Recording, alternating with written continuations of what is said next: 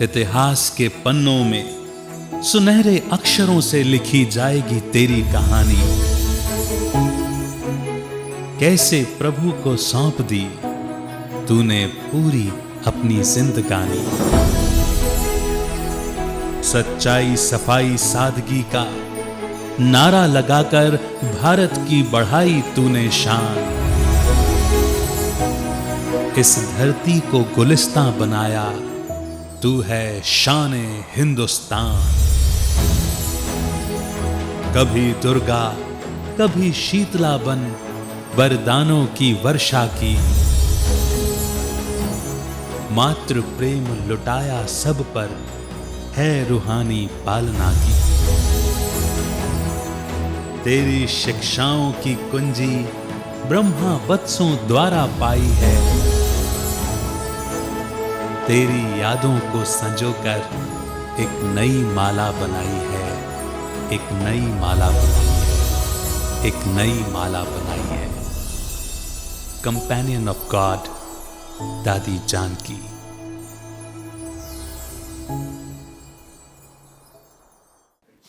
नमस्कार, ओम शांति। बहुत बहुत स्वागत है आप सभी का कंपेनियन ऑफ गॉड दादी जानकी कार्यक्रम में। प्रिय भाई बहनों, दादी जी इस ईश्वरीय यज्ञ के शुरू होने के 18 महीने बाद आई थी। इसलिए उनके मन में यह विचार चलता था कि मुझे 18 महीने की देरी को जल्दी से जल्दी गैलप करना है। इसके साथ बाबा ने उनको ये और कह दिया कि बच्ची, आप अगली दिवाली नहीं देखोगे। तो दादी जी ने इसे परमात्मा का इशारा समझ मन ही मन ठान लिया कि मुझे जो करना है अभी करना है, अभी नहीं तो कभी नहीं। ऐसे दादी जी ने कठिन परिश्रम और पुरुषार्थ से अपने आप को अष्ट रत्नों की माला में पक्का कर दिया। आज दादी जी की विशेषताओं पर चर्चा करने के लिए हमारे साथ हैं आदरणीय ब्रह्मा कुमारी शुक्ला दीदी जी। आप दादी जी के साथ बहुत नज़दीक के संबंध में रहे हैं। आप वर्तमान में दिल्ली में ब्रह्मा कुमारीज़ के हरिनगर सब जोन की मुख्य संचालिका हैं।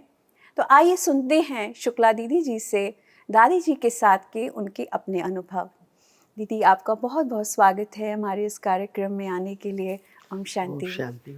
सबसे पहले दादी जी के बारे में तो हम सुनेंगे ही, लेकिन आप तो इस संस्था के साथ बहुत पहले से जुड़े हुए हैं।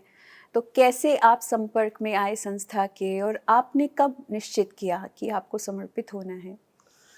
1954 में जी ब्रह्मा कुमारी बहनें अमृतसर में आई थी। जी जी जी वहाँ मेरे लौकिक माता पिता जाने लगे थे। जी जी। उनके जीवन में काफ़ी परिवर्तन आ गया। हाँ जी। और उनकी ये शुभ इच्छा रहती थी हम्म। कि हमारे बच्चे भी इसमें जाएं। जी जी। तो मैं सिर्फ देखने के लिए गई थी वहाँ पर। मुझे वहाँ अच्छा लगा, परंतु इतना अच्छा नहीं लगा जो मैं इसी जीवन को अपना लूं। जी जी। पर कुछ दिन के बाद ब्रह्मा कुमारी बहनों ने कहा कि यहाँ पर कल 12 घंटे का योग है। हाँ। और अगर आप उस योग को करना चाहो तो परमात्मा का मिलन हो सकता है। जी जी। तो जब मैंने ये बात सुनी तो मुझे परमात्मा को मिलने की बहुत जिज्ञासा थी। मेरे बचपन से ही ऐसे शुद्ध संस्कार थे और बचपन से ही एक शुद्ध संकल्प भी था कि मुझे ऑर्डिनरी लाइफ नहीं लीड करनी है। मुझे अपना कुछ विशेष जीवन बनाना है। तो जब बहनों ने कहा कि परमात्मा से मिलन हो सकता है तो मैंने दृढ़ संकल्प कर लिया कि मुझे वो 12 घंटे का योग करना है। जी जी।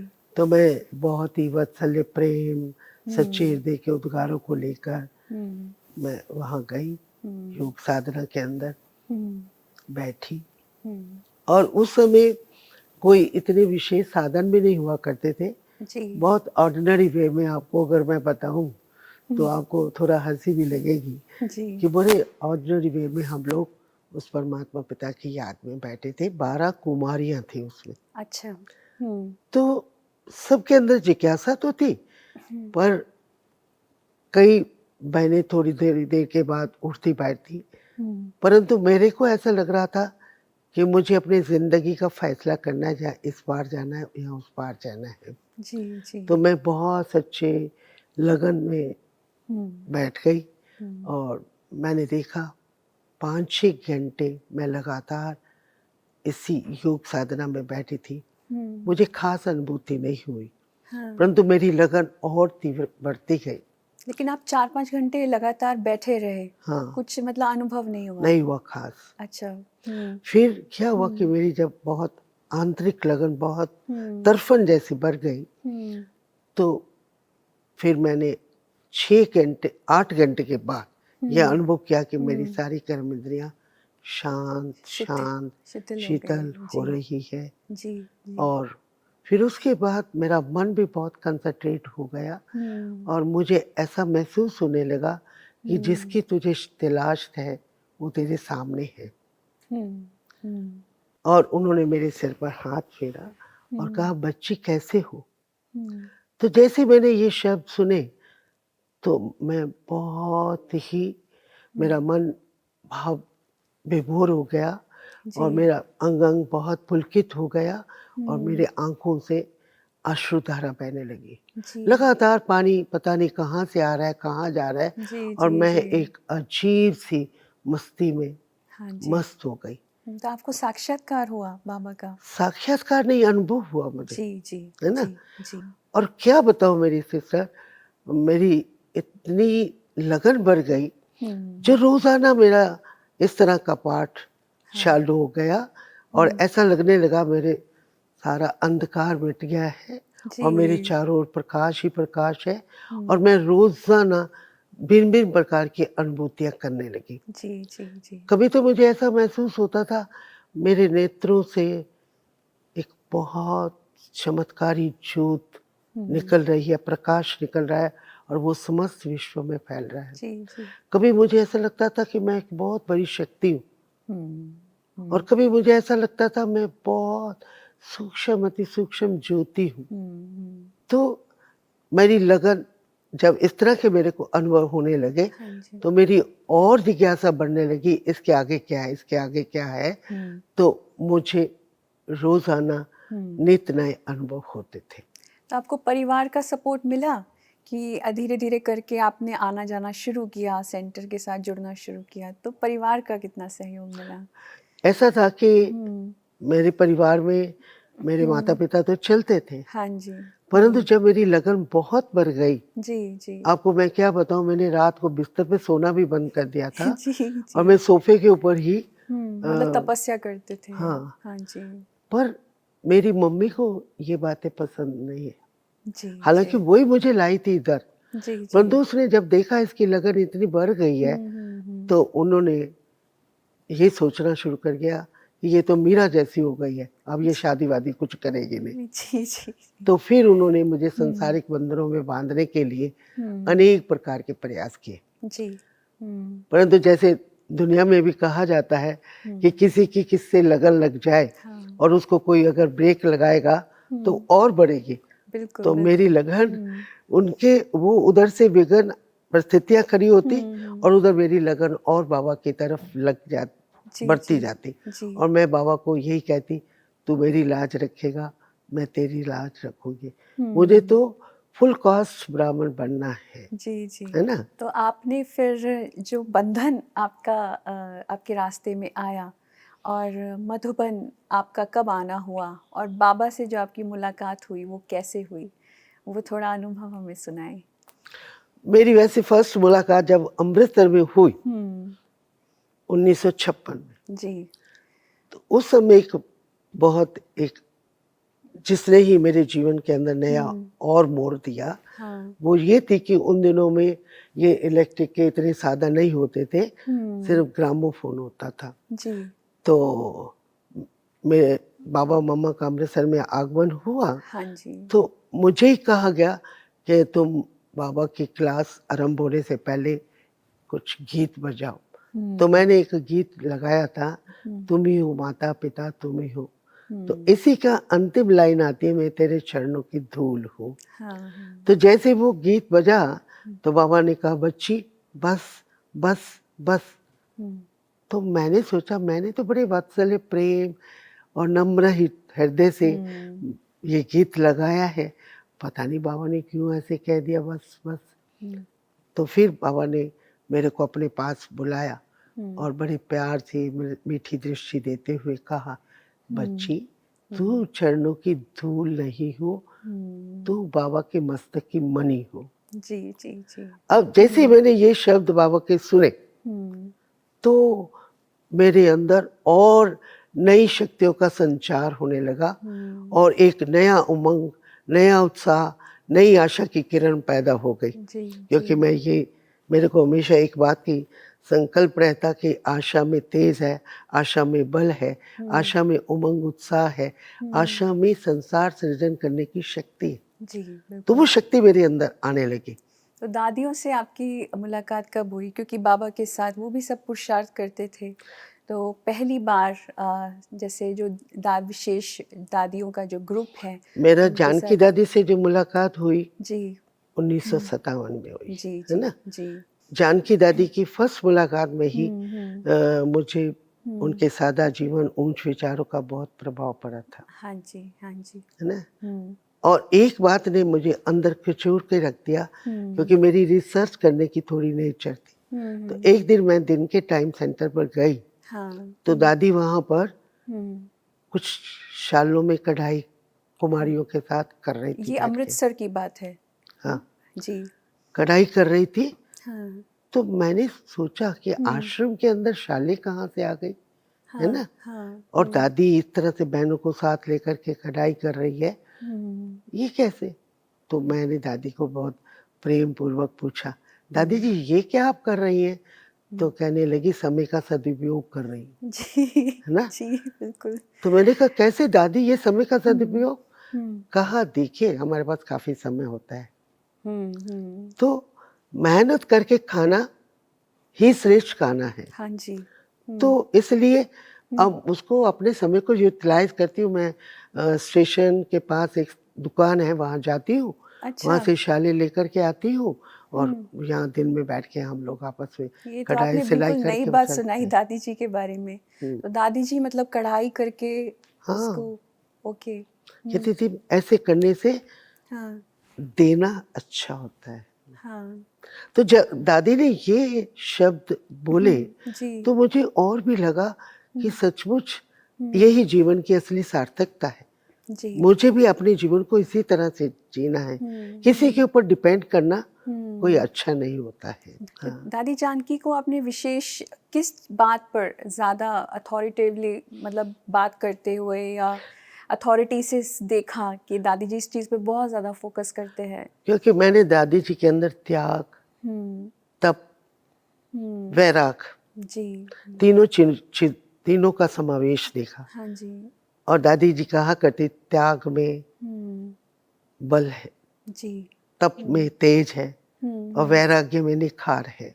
हाँ जी। जिसकी मुझे बहुत आंतरिक जिज्ञासा रहती थी जी, ना? जी। और दूसरा दादी जी अपनी दिनचर्या के ऊपर भी बहुत ध्यान देती थी। हाँ जी, हाँ। ज्ञान का मनन चिंतन भी बहुत करती थी। और फिर दादी जी बीच बीच में एकांतवास भी लेती थी जी जी। और दादी जी एकानामी के अवतार थे। जो बातें मुझे बहुत प्रिय लगती थी, क्योंकि मुझे एक ऑर्डिनरी लाइफ पसंद नहीं थी। भाई चलो घर बार छोड़ा, आश्रम में आके बैठ गए, 2-4 लोगों को ज्ञान दिया और फिर सारा दिन ऐसे ही व्यतीत किया, वो लाइफ मुझे पसंद नहीं थी जी जी। तो दादी के अंदर मैंने वो विशेषताएं सब देखी कि दादी अपने समय का बहुत अच्छी प्रकार से सदुपयोग करके अपने जीवन की धारणाओं से, अपने साधुवाद से दूसरों की सेवा करती है, निस्वार्थ भावनाओं से सेवा करती है, जिसका फल दादी जी को सफलता के रूप में मिलता है जी जी। विशेषकर दिल्ली में हम गुलजार दादी को याद करते हैं, क्योंकि गुलजार दादी और ऑलराउंडर दादी ने वहाँ पे चंद्रमणि दादी, क्योंकि हमारे मैं बहुत खुश नसीब हूँ। हाँ। क्योंकि मेरे को कुंज दादी, निर्मलशांता दादी, चंद्रमणि दादी, जानकी दादी, इन सब की विशेष पालना मिली है। हाँ।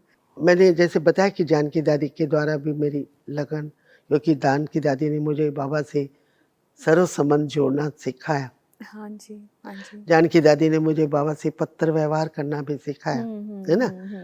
तो मैं बाबा को अपने दिल का हाल और अपनी परिस्थितियों के बारे में कभी कभी लिखा करती थी, है ना। तो उधर बाबा के पास एक किताब आई, शंकराचार्य ने उन दिनों में एक किताब निकाला था, नारी नरक का द्वार है। अच्छा। नारी पिशाचनी है, नारी सर्पणी है। अच्छा। हाँ। तो बाबा को वो किताब देखते ही लगा कि अरे नारी थोड़ी नरक का द्वार है, जी। तो नारी तो स्वर्ग का द्वार है। तो मेरी कोई ऐसी बच्ची निकली जो शादी करके पवित्र जीवन व्यतीत करे, जी जी है ना। जी जी। तो बाबा का सारा ध्यान मेरे ऊपर गया, और उधर मातेश्वरी जी के साथ मेरी माँ, लौकिक माँ का बहुत प्यार था। हाँ। जब वो सेकंड टाइम या थर्ड टाइम आई तो मेरी माँ के ने मम्मा को जाकर के बहुत रिक्वेस्ट किया था कि आप शुक्ला को थोड़ा समझाइए, जी, है ना। जी जी जी। तो ये सारी बातें जैसे, और मुझे यही एक संकल्प था कि मैं तो भगवान से शादी हो चुकी है, मैं किसी व्यक्ति विशेष से शादी करने वाली नहीं। हाँ जी। मुझे किसी के साथ कोई कर्म बंधन का हिसाब किताब नहीं जोड़ना है। मेरा एक शिव बाबा, दूसरा ना कोई, है ना। जी जी। पर मेरी परिस्थितियां ऐसी थी, मैं ऐसे परिवार से बिलोंग करती थी जहां पर लड़के भी नौकरी नहीं करते और मेरे को नौकरी करने के लिए भी कोई चांस नहीं था। मैंने टीचर ट्रेनिंग किया हुआ था, परंतु मुझे कोई चांस नहीं था घर से बाहर जाने का। मैं 5 साल अपनी माँ के साथ मीठा मीठा युद्ध किया जी। और उधर बाबा को पास मेरी लगन पहुंचती रहती। तो बाबा को भी लगा कि ये जो कन्या है ये इस बाबा के संकल्प को साकार कर सकती है। जी। तो बाबा ने मेरे को बहुत, बाबा के अंदर पारस मणि की तरह परखने की शक्ति थी, जी। चुंबकीय शक्ति थी जी। और बाबा जिसके लिए जो महावाक्य उच्चारण करते थे वो सार्थक हो जाते थे। जी जी। और वो एक वरदान का काम करते थे। हाँ जी, हाँ जी। तो बाबा ने मेरे को बहुत लाल अक्षरों में एक पत्र लिखा था, बच्ची तुझे ज्ञान हंस और ज्ञान हंसरी बनकर बड़े बड़े विश्व पितामह सन्यासी महात्माओं को दिखाना है कि नारी शक्ति है, नारी दुर्गा है और नारी ही स्वर्ग का द्वार है। जी बिल्कुल, है ना। तो जब बाबा का ये लाल अक्षर वाला पत्र आया मेरे पास तो मैंने भी थोड़ा सोचना शुरू किया कि मैं जिस लक्ष्य को लेकर के इस जीवन के अंदर चलना चाहती हूँ,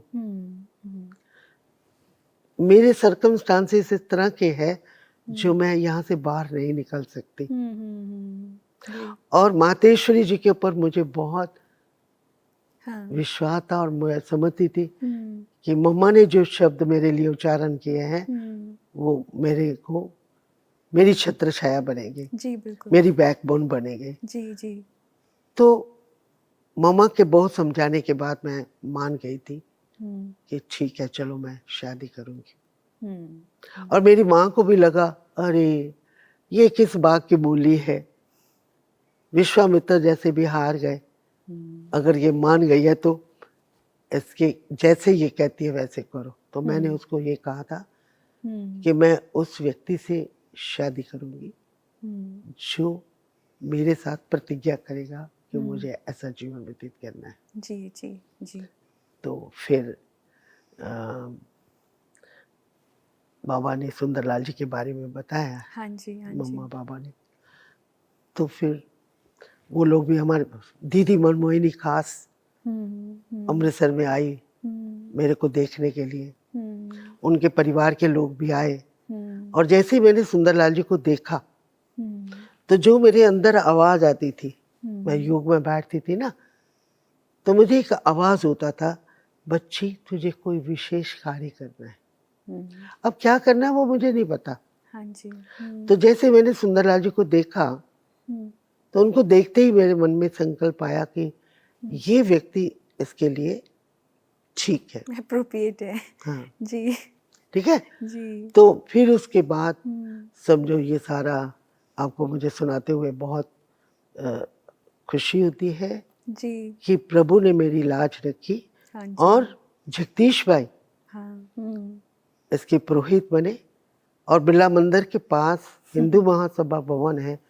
हजारों के बीच में हम लोगों ने ये प्लेज लिया कि हम जीवन में ऐसे नहीं। जी और जी। बाबा ने भी बहुत जैसे कोई नया कार्य करता है हाँ जी। तो बाबा ने भी बहुत अच्छी प्रकार से बहुत बड़े बड़े गिफ्ट भेज करके, और मुझे ये भी सुनाते हुए बड़ी खुशी होती है कि मेरे लौकिक घर में, क्योंकि सुंदरलाल जी मॉडल टाउन में रहते थे हाँ तो जी। हमारे पेरेंट्स अमृतसर में थे तो उन्होंने वहीं क्लब लेकर के वहाँ पर ये सारा कार्य हुआ। तो भूली दादी हमारा भोजन बनाने आई थी और मेरे जो लौकिक मित्र संबंधी थे बड़े बड़े लोग, सबने सुना कि ये शुक्ला शादी करती है तो वो लोग भी खास आए। तो बहुत हजारों के बीच में हमारा ये कार्यक्रम हुआ। आज मुझे आप सबको बताते हुए बहुत खुशी होती है कि प्रभु ने मेरी लाज रखी और मैंने भी उसकी लाज रखी। जी। क्योंकि मैं सुंदरलाल जी के घर जब गई तो चंद्रमणि दादी मेरे साथ गई थी और वो प्रवेश करते ही, उनके कोठी में प्रवेश करते ही बोलती है, लक्ष्मी को लाई हूँ, लक्ष्मी को लाई हूँ। जी जी।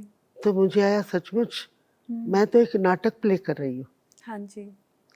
ना, मेरा तो भगवान ही साथी और सारथी है, ये तो निमित्त पार्ट प्ले कर रही हूँ। जी जी। तो मैं भी जैसे ही वहां गई तो मैं मस्तक किसी के आगे नहीं झुकाया, मैं हाथ जोड़ा और मैं वहां 1.5 साल के करीब रही। परंतु उसको मैंने एक आश्रम का रूप दिया। जी जी जी। ये मेरे जिज्ञासु हैं, ये मेरी एक एक एक्टिविटी को देख रहे हैं। जी जी। मुझे ऐसा कोई कर्म नहीं करना है जो उनके लिए कुछ इस तरह की बात उनको मिले। तो मैंने बहुत नियम मर्यादाओं को सामने रखते हुए और शिव बाबा के हाथों में अपना हाथ देते हुए, और मैंने अनुभव किया कि जिसका रक्षक भगवान है उसको आंधी और तूफान कोई नहीं रोक सकता, उसको संसार का कोई व्यक्ति वस्तु वैभव नहीं बांध सकता। जी जी जी। जो मैंने अपने जीवन से अनुभव किया। जी।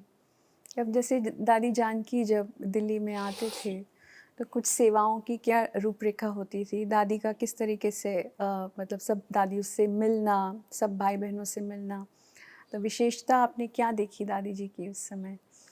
दादी के अंदर तो, दादी को जिस भी पॉइंट से देखो उसमें मुझे तो विशेषता ही विशेषता नजर आती। मैं दादी को हमेशा अपना गुरु मानती हूँ। हाँ जी।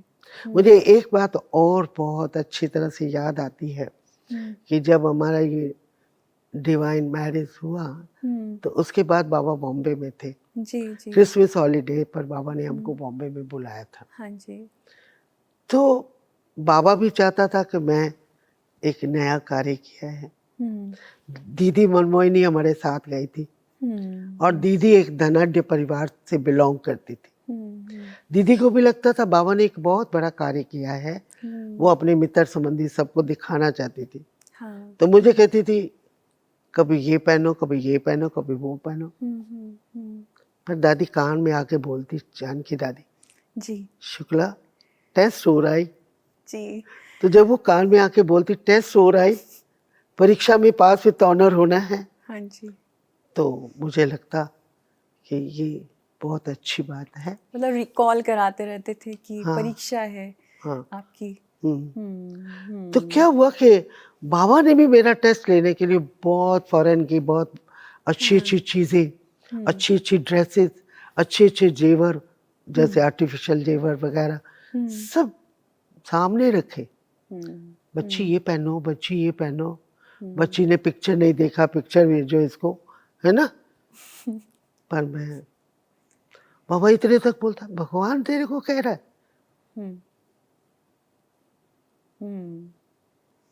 समझा? जी जी।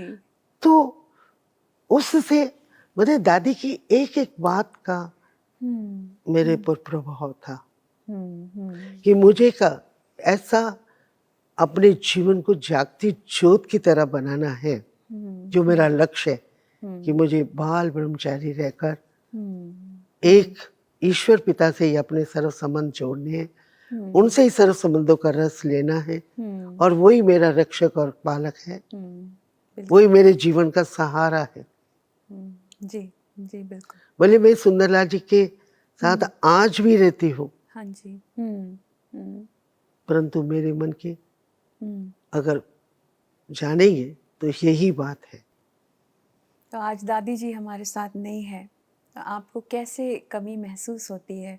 क्योंकि धीरे धीरे करके हम देखते हैं कि संस्था दादियों से वंचित होती जा रही मुझे है। मैं समझती हूँ, मैं दादी जी के शरीर छोड़ने के 1.5-2 महीना पहले मधुबन में आई थी, जी। और दादी जब मेरे को देखती तो बहुत प्यार से बोलती, ये मेरी पहली कन्या है। हाँ जी। सुबह के बीच में बोलती थी ना, तो मुझे बहुत अच्छा लगता था। और फिर दादी जी मैं दादी जी की दृष्टि पर बहुत निहाल होती थी। मैं उनसे दृष्टि लेकर अपने लिए बोलती, दादी कुछ वरदान मेरे को दो, और दादी देती। और फिर लास्ट शब्द जो दादी ने बोले, शुक्ला तुम बधाई की पात्र हो। जी जी। कि मैंने जो तुम्हारे पर उम्मीद रखी थी, जो तुमने पूरा करके दिखाया, जी है ना। जी। तो मुझे लगा कि दादी का लगातार मेरे ऊपर ध्यान है, और दादी मुझे एक आदर्श रूप में देखना चाहती है। जी जी। तो मुझे भी अपने जीवन को ऐसा ही बनाना है। संपन्न, संपूर्णता की ओर ले जाना है। जी। थैंक यू सो मच दीदी, आपने अपनी पर्सनल एक्सपीरियंसेस और दादी जी के साथ की इतनी सारी विशेषताएं और एक्सपीरियंसेस हमारे साथ शेयर किए। आपका बहुत बहुत धन्यवाद। ओम शांति। दर्शकों, दादी जी परमात्मा को साथी के साथ साथ अपना रूहानी डॉक्टर और सर्जन भी मानती थी। दादी जी के मन में था कि जब हमारा ईश्वर से प्यार और विश्वास पक्का हो जाता है, तो हम चाहे कितनी भी परेशानियाँ, बीमारियाँ व अन्य परिस्थितियों का सामना कर रहे हों, तो ईश्वर की मदद से सहज ही उनसे पार हो जाते हैं। दादी जी के विषय में हम जितना सुने उतना कम है।